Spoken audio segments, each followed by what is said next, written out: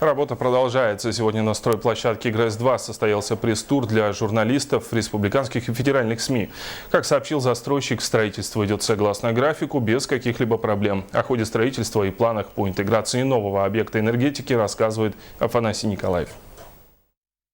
Все 4 газотурбинные установки смонтированы на специальных виброполах и отцентрованы. Идет монтаж котлов, вспомогательного оборудования и конструкций административных, электротехнических и тепловых узлов. Как отмечают строители, обстановка на объекте, несмотря на холода, не хуже, чем в Сочи. Очень профессиональный коллектив, сейчас четкая и ясная поставленная задача. Просто требуется своевременное выполнение этих задач. Поэтому особой разницы, если честно, между даже работой в Сочи на Олимпиаде и работой в Якутии я не заметил.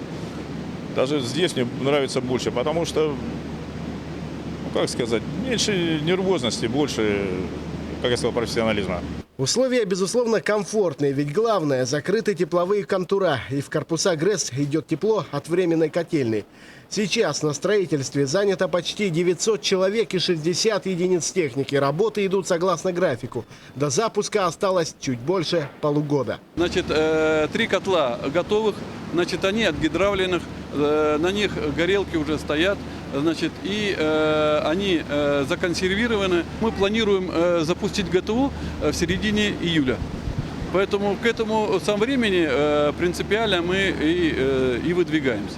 Что касается интеграции нового объекта в энерго- и теплосистему Якутска, то можно уже с уверенностью сказать, что ГРЭС-2 возьмет на себя не только энергоснабжение, но и часть теплоснабжения столицы. В теплосеть электростанция подключится в районе улицы Лермонтова. Учитывая мощность в 500 гигакалорий, это позволит отказаться от части устаревших городских котельных.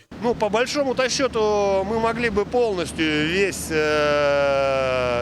юго-западный район Якутска закрыть.